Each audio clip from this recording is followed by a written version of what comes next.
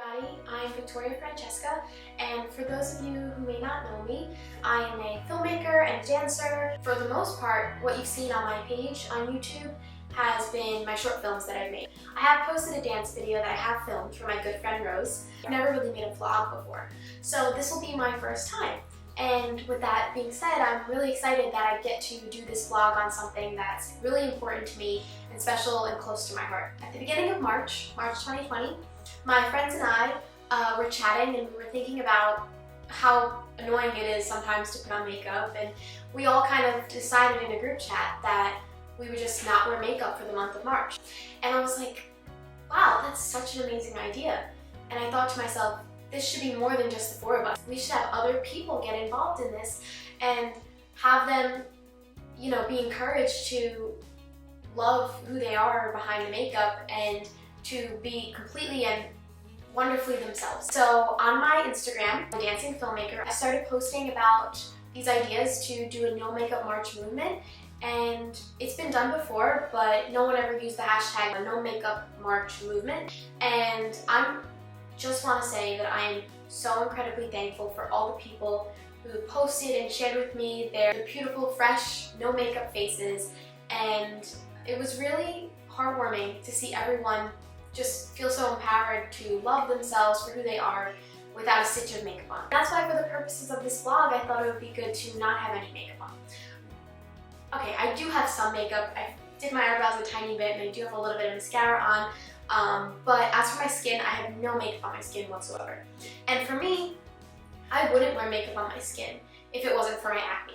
And that's kind of what the other part of this vlog is going to be about. It's the closing of the No Makeup March movement, but it's also about my story, and I really want to share it with all of you. So about 2 years ago, I had this idea. I said to my mom, who is a photographer, I said to her, why don't we do a photo shoot where I don't wear any makeup on my acne? I wanted to showcase my real skin. I don't find that there's anything wrong with wearing makeup. Honestly, I do enjoy wearing makeup here and there. For me, sometimes the choice is not clear. Like, I feel like I need to cover my acne because it's red, and as you can see, it's visible. It's there. You see it, and it can be embarrassing. I never really thought about what it was doing for my self-esteem or anything like that. And but I got to the point 2 years ago where I was just like, I don't want to wear makeup anymore, or at least I want to see what I would look like if I just didn't wear it. Along with the photo shoot, I decided to vlog myself putting on the makeup, taking the makeup off, because what we did was we did some shots with full makeup, then we did some shots with no makeup at all, and then we did some shots with no face makeup but other makeup like all eye stuff and lip stuff. It was really cool to see the differences of each different makeup style or no makeup at all. When No Makeup March came around, I was like, oh my god, I never even made this video. I should pull it out and put it together and post it. So I thought about it and I was like, alright, I'm gonna do it. And then I pulled up my footage, and that footage was and I'll throw some in and out of this, couple shots of it in this video. I'll throw some in, some of the ones that I think are worth holding on to, but even those, they're just some composition issues, and I was really disappointed when I looked at that footage because it wasn't usable. So I decided that I was just gonna toss it. And that's why I decided to do this vlog, because I really did want to close the movement out with a vlog. I wanted to thank everyone who participated, and I wanted to share my story, my skin story, I will call it, I guess. When I was about 12 years old, I guess 7th grade or beginning of 8th grade, I started to break out, as did every kid in middle school. And I went to a dermatologist many times. I've gone back to the dermatologist maybe 4 or 5 times, and that was 8 years ago now. And in that time, I went about 4 or 5 times. I've been on a couple different antibiotics for it. I have tried incorporating a couple different vitamins, and actually, I'll actually link below the things that I use and the things that have worked for me. And specifically, I do take Zinc every day. I tried every topical, hated the idea of using chemicals on my face all the time. And more importantly, I hated putting chemicals in my body. When I looked into antibiotics more and the way our microbiome and our stomach kind of works, antibiotics can be really bad for gut health, especially when you take them consistently. And I was going back and forth between antibiotic and changing them. And I noticed that every time I stopped, because what they tell you at the dermatologist often is that, okay, antibiotic. We don't know how long you're going to be on it for, and we don't know if you'll stop, if it'll get worse again. You don't know how long your body's going to take to get rid of the acne. And every time that I stopped taking the antibiotic, my skin would get really bad. I would get cysts on my face, and it would just be painful and uncomfortable to look at in the mirror, and it puts a damper on your self-esteem. And even if you cover it, it's there. I remember seeing this meme which made me at the same time laugh, but at the same time I was like, oh no, like I relate to that, where it was a vanilla crunch bar. Someone was like, girls who try to cover their acne, this is what they look like. And you know what, it's funny a little bit, but it's 100% true, and that's how I felt. And wearing makeup over my acne just started to feel pointless, because it's like, I have it, all I'm doing is covering the redness, like why not just let it be seen? Once I got suggested Accutane, that's when everything changed, because I knew how strong of a drug it was, and I didn't think it was worth taking the chance. And I have nothing against dermatologists. I just don't think the process that they wanted to use for me was the process for me. And I not only thought that, I knew that from experience, because everything they gave me, it just didn't work. But there's a lot of trial and error when it comes to finding what works for your skin. I was determined at that point to figure out what was causing my skin to act the way it was. It led me to medical medium. You've probably heard of him. He's been around for a little while now, and he has a huge following on Instagram, and he has books and a bunch of other resources that you could check out. And I started reading first about celery juice and how celery juice can cleanse the liver and help clear your skin. So basically he really helped guide my journey. At first I decided, okay, I think it has something to do with the way I'm eating and the certain things in my life that I'm doing, like lifestyle habits. Started to cut gluten out of my diet. And I did see somewhat of a change, but it wasn't drastic. Then I started to incorporate the celery juice into my diet, and that seemed to help a lot, to just calm my skin a lot. Like a lot of the redness, it just seemed to get it to go away. But those things are hard, you know, to juice celery every day, and I didn't have a juicer at the time. So my mom and I would take turns sometimes. We would cut the celery up, we would put it in my Ninja, and it would blend it, but it wouldn't juice it. And then we'd have to strain it in cheesecloth into a plate, and we had to like squeeze it, and it was just so gross because the celery juice would kind of go everywhere, and out of it I would get like 6 ounces, which is nothing because you're supposed to consume like 16 ounces a day. It wasn't feasible for me to do in my life.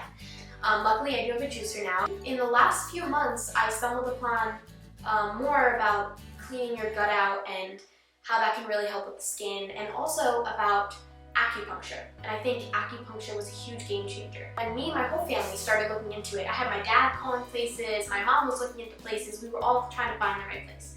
And luckily I found this amazing place called the Zen Den. It's run by a woman named Melissa. Acupuncture, especially acupuncture for what they call cosmetic reasons, it can be so expensive. Anywhere from $80 a visit to $150 a visit. And that's just not something I was able to do. And my dad found this place called the Zen Den, and they offer group acupuncture, and basically there's a lot of rules set in place so that nobody interrupts other people's sessions, but everyone sits in a room, and it's like you don't even know the other people are there. And because she does group acupuncture, she can lower the price to $35 a visit. Ever since then, I've been going for about 3 months now, and I've seen so many things change for me. My skin has gotten a lot calmer. A really big step I took is I tried to cut dairy out of my diet completely. Now it's so hard because I love ice cream so much, especially Ben & Jerry's cookie dough ice cream. That is my top favorite ice cream. Nothing else tops it, in my opinion at least. To cut that out is kind of hard. But there are a lot of substitutes, and it's kind of fun for me now to find foods that would fit into my diet and find which brands are the best, because I've had some brands just not blow me away, and then other brands I'm like, oh my god, I can't even tell the difference, that there's no dairy in this or there's no gluten in this pasta. My skin just looked different. Like I was waking up and my mom was like, your skin looks calm, and that feeling of just being able to look in the mirror and not be covered by bumps is such an amazing feeling. Yes, the irritation is still there, and that's going to take some time to go down, but when I don't eat dairy, there's no cysts. That seems to be what causes the cysts. And that makes total sense. And also the acupuncture helps with decreasing the amount of cysts that I get on my face as well.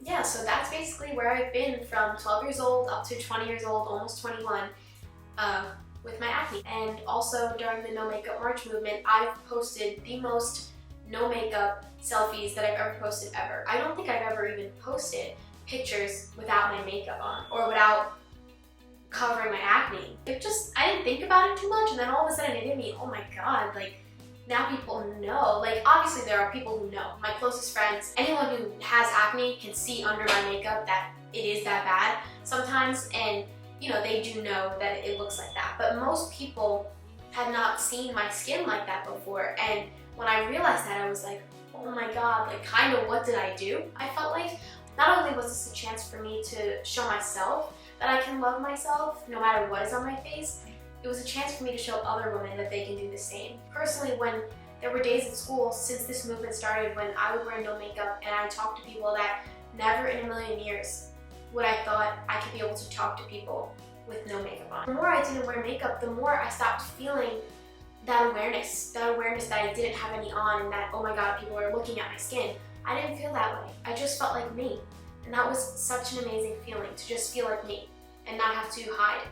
And it was great. I probably will wear makeup again after the movement is over, but I think now I've learned something that I didn't know before about myself, and I felt something that I've never felt before. And I feel proud of my skin, and I feel okay to go out with no makeup on if I just didn't feel like putting on any that day, and that my acne doesn't define me.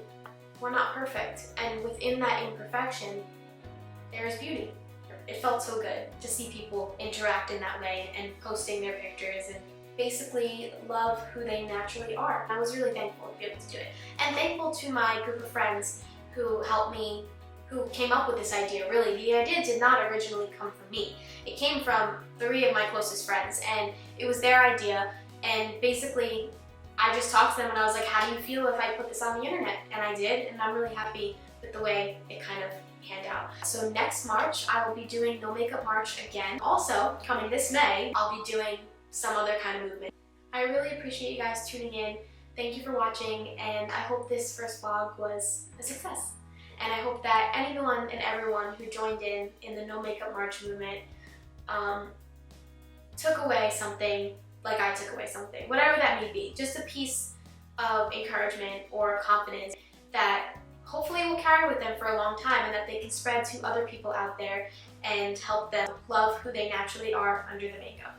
You know, you don't have to hate the makeup. You can love what you look like with makeup on. But when you take that off at the end of the day, you want to love that person too.